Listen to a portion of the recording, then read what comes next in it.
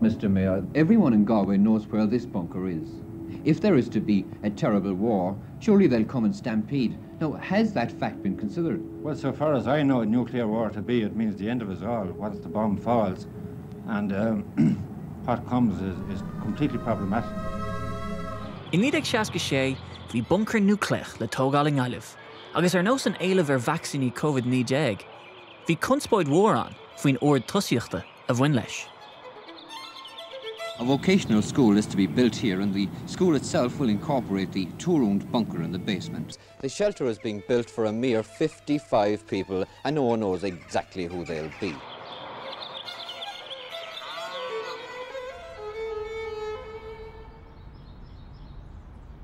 Colin, should they better not yearnach I capping gemach nuclear bunker an? Tréach tá sé an, agus tá sé gaibbrú fósach ní mar nuclear bunker mar deach. Ní tuaim mí go leor ag daine bhí daine capach, so hí nach ra mór an céiles, daine éile capach go rá céiles, agus anú bhí ceist fór faoi céóra se go hógeall dús, mar de rá teannach go hart chuige cúig duine fad. I think nuns, priests, women and children should be catered for in a much more comprehensive way. They should have some tradesmen such as plumbers, masons, carpenters that could build up again when that have a chance coming out. Well, I think it's a good idea.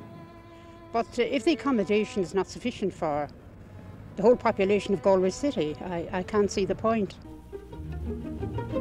And we should fear before it will star orange nuclear a UCC in Seo. Tá sé ó sin. Seo an fuirgnamh ó líochta Ollscoil Corcaigh. Tá Corcaigh an anródúil as bheith in a zone nav nucleach, or séir ó fin nucleach. Ach nach bhfuil blá clí mar nuclear free zone nó Gaillimh? Ní bhíonn siad. Ag muomhas? Ag muomhas, ní bhíonn siad ag muomhas. Costal le muinte Corcaigh? Yeah. Well, nímuid cumach céine ag sin. Ach sna níd ag seachtaí, dar le muintear le Garman. Ba bheogann sim a bhí ag an rialtas is sláinte na tíre. The people of County Wexford are to live with Ireland's first nuclear power station at Carnsore Point in the southeast corner of the county.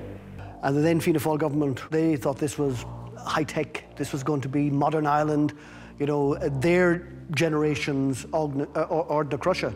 I mean, the trade union movement, employers, everybody saw nuclear power as a new bonanza. It was a new technology. It was going to create thousands of jobs. A lot of people were beginning to learn about nuclear power and were opposed to it. But remember the time, it was the end of the 70s. The notion of free love was an absolute new departure for Ireland, certainly for Wexford at the time. Wexford hadn't seen the likes of it. No. Even the prospect of a nuclear power station was more tolerable than this licentiousness that went on in their midst. You couldn't ignore 40,000 people. Suddenly, there was a lot of political debate. You had motions to our national conference against it. Not everybody, but most people came around to the notion that this was just a bad idea.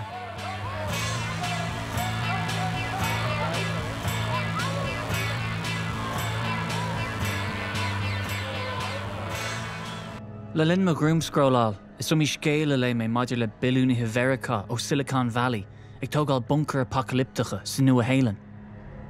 Will rud éigean ar rólas acu nach chfuil ar rólas aganna?